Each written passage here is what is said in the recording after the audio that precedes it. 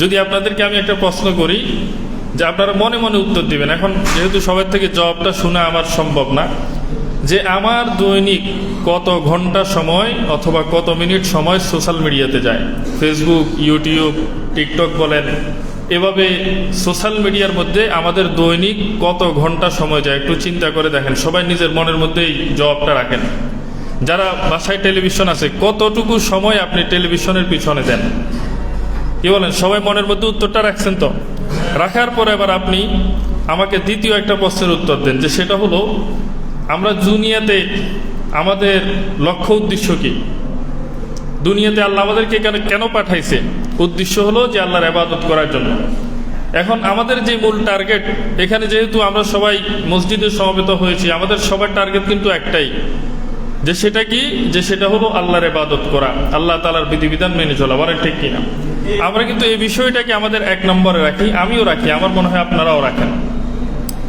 এই বিষয়টা যে এক নম্বরে আছে, এটা আপনি কিভাবে বুঝবেন? আপনাকে আরেকটা প্রশ্ন করলে আপনি বুঝবেন। মনে করেন আপনি কোথাও সম্মান পাবেন, কিন্তু সম্মান পেতে হলে আপনাকে আপনার রিলিজিয়ন, ধর্ম আপনাকে ত্যাগ করতে হয়। আপনি কি ওই সম্মানকে নিবেন? আপনারা নিবেন? মনে করেন যে এমন একটা সিচুয়েশনে আছেন আপনি, পরিস্থিতিতে, যেখানে আপনাকে দুইটা জিনিসের একটাকে বাছাই করতে হবে, হয়তো সম্মান, না হয় আপনার ধর্ম। আপনি যদি সম্মান নিতে যান তাহলে আপনার ইসলাম চলে যায়, আপনি যদি ইসলাম নিতে যান তাহলে সম্মান চলে যায়। তখন আপনি কোনটাকে নেবেন? ইসলামকে নেবেন না?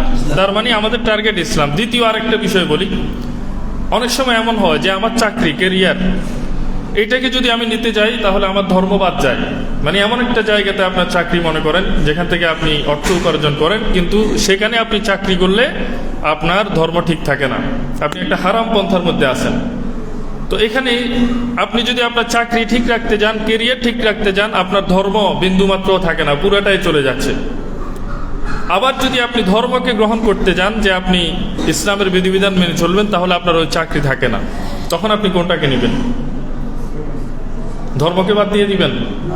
আপনি আজীবন জাহান্নামে যাবেন ওই চাকরিকে বাঁচানোর জন্য। তাহলে কি ধর্মকেই তো আমরা গ্রহণ করব। ঠিক তদ্রূপ আরেকটা প্রশ্ন মনে করেন, যে সেটা হলো অনেক সময় যদি কখনো এমন পরিস্থিতি হয়, আল্লাহ না করুক, যে আপনি যদি আপনার পরিবারের সাথে থাকতে চান, তাহলে আপনার ধর্ম বাদ যায়। মানে মনে করেন যে একজন মানুষ নতুন মুসলমান হয়েছে, সে যদি এখন তার পরিবার, মা বাবা, সবার কথা যদি রাখতে যায়, তাহলে তাকে ইসলাম ধর্ম ত্যাগ করতে হয়, যেহেতু সে নবমুসলিম। দ্বিতীয়, আর সে যদি ধর্ম রাখতে যায়, ধর্ম ঠিক রাখতে যায়, মুসলমান হিসেবে সে থাকতে চায়, তাহলে মা বাবাকে ত্যাগ করতে হয়, তার ফ্যামিলিকে ত্যাগ করতে হয়। এরকম পরিস্থিতিতে আপনি কি করবেন? পরিবার গ্রহণ করবেন না ধর্মকে গ্রহণ করবেন? ইসলামকে গ্রহণ করবেন না? তাহলে এটাই, এই যে দেখেন, আমি তিনটা প্রশ্ন আপনাদেরকে করলাম। প্রথমে বললাম সম্মান, পাশাপাশি ধর্ম। দ্বিতীয় বললাম আপনার চাকরি, কেরিয়ার, পাশাপাশি ধর্ম। তৃতীয় আপনার ফ্যামিলি, পাশাপাশি ধর্ম। তিনটা প্রশ্নের উত্তরে কিন্তু আমরা ধর্মকে আগে রেখেছি, ইসলামকে আমরা আগে রেখেছি। বলে ঠিক কিনা? অথচ এই সবগুলো বিষয় কিন্তু আমাদের জীবনে প্রয়োজনীয়। সম্মান আমাদের জীবনে আছে, প্রয়োজন আছে কিনা? ফ্যামিলি প্রয়োজন আছে কিনা? কেরিয়ার প্রয়োজন আছে কিনা? ধর্ম প্রয়োজন আছে কিনা? সব কিছুরই প্রয়োজন। কিন্তু যখন একটার মুখোমুখি হয়ে যায়, তখন কিন্তু আমরা ধর্মকে প্রাধান্য দিয়েছি। তার মানে আমাদের মূল লক্ষ্য উদ্দেশ্য কিন্তু সবার ইসলামের পথে চলা, আল্লাহকে রাজি খুশি করা। বলেন ঠিক কিনা? এখন আপনি আসেন, যদি এটাই আমাদের টার্গেট হয়, ইসলামের পথে চলা, আল্লাহকে রাজি খুশি করা, এটাই যদি আমাদের টার্গেট হয়, এখন আপনাকে চিন্তা করতে হবে, আমার এই টার্গেটটা পূরণ করার জন্য আমি আমার জীবনের কতটুকু সময় ব্যয় করতেছি। কারণ দেখেন, মানুষ কিন্তু তার টার্গেটের পিছনে দৌড়ায়। যে ছেলেটা ডাক্তার হতে চায়, সে কিন্তু ধরেন একদম স্কুল লাইফ থেকে নিয়ে ওইভাবে পড়াশোনা করতেছে, তার গার্ডিয়ান তাকে ওইভাবে কেয়ার করতেছে। যে ইঞ্জিনিয়ার হবে, লয়ার হবে, এভাবে প্রত্যেকের যে একটা স্বপ্ন, এই স্বপ্ন পূরণের জন্য সে কি ঘুমিয়ে থাকে নাকি মেহনত করে যায়, চেষ্টা করে যায়? একজন মানুষ ব্যবসায়ী, সে সফল ব্যবসায়ী হওয়ার জন্য তার রাত্র দিন নাই, রাত্রবেলাও তার দোকান খোলা, তার বিজনেস প্রপার্টি চালু আছে রাত্রেও। কেন? কারণ সে একজন সফল ব্যবসায়ী হতে চায়। বলেন ঠিক কিনা? তাহলে আমরা কিন্তু আমাদের প্রত্যেকটা টার্গেটকে পূরণের জন্য যত কিছু প্রয়োজন, যত ত্যাগ প্রয়োজন, আমরা কিন্তু সবকিছুই করি। কিন্তু আমাদের মূল টার্গেট, যেটা আপনারা একটু আগে বললেন, আমাদের সবচেয়ে বড় টার্গেট, যেটা আমাদের একদম প্রথম, সেটা হলো ইসলাম। এই ইসলামকে পূরণ করার জন্য, ইসলামকে আমি সুন্দরভাবে, যথাযথভাবে পালন করার জন্য, নিজের মধ্যে ইসলামের অনুপ্রবেশের জন্য আমি কিন্তু সেভাবে মেহনত করি না। বলেন ঠিক কিনা?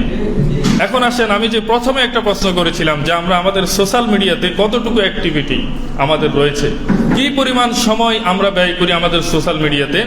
এই যে কেউ কেউ মনের মধ্যে ঠিক করে রাখছেন, কারো হয়তো 30 মিনিট, কারো 1 ঘন্টা, কারো 5 ঘন্টা, এমনকি কারো 10 ঘন্টা 12 ঘন্টাও হতে পারে, যে 10 ঘন্টা 12 ঘন্টা তিনি টেলিভিশন সোশ্যাল মিডিয়ার মধ্যে তিনি থাকে। আছে কিনা এমন মানুষ? তাহলে দেখেন, এই মানুষটা যদি 10 ঘন্টা সোশ্যাল মিডিয়াতে দিয়ে সে সময় দেয়, বাকি 8 ঘন্টা 6 ঘন্টা 8 ঘন্টা তো সে ঘুমাবে, তাহলে বাকি আর রইল কতক্ষণ? এরপরে তার ব্যবসা আছে, সে যদি স্টুডেন্ট হয়, তার পড়ালেখা আছে, তাহলে সে ধর্মের পিছনে সময় দিচ্ছে কতক্ষণ? তাহলে আমাদের টার্গেট কিন্তু ইসলাম, কিন্তু ইসলামের পিছনে আমরা কিন্তু ওভাবে সময় দিচ্ছি না। কি বলে ঠিক কিনা?